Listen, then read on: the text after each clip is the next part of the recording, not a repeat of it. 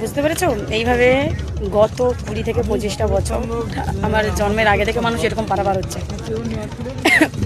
একটা সুযোগ নদীগ্রামের মানুষের কাছে এসেছে।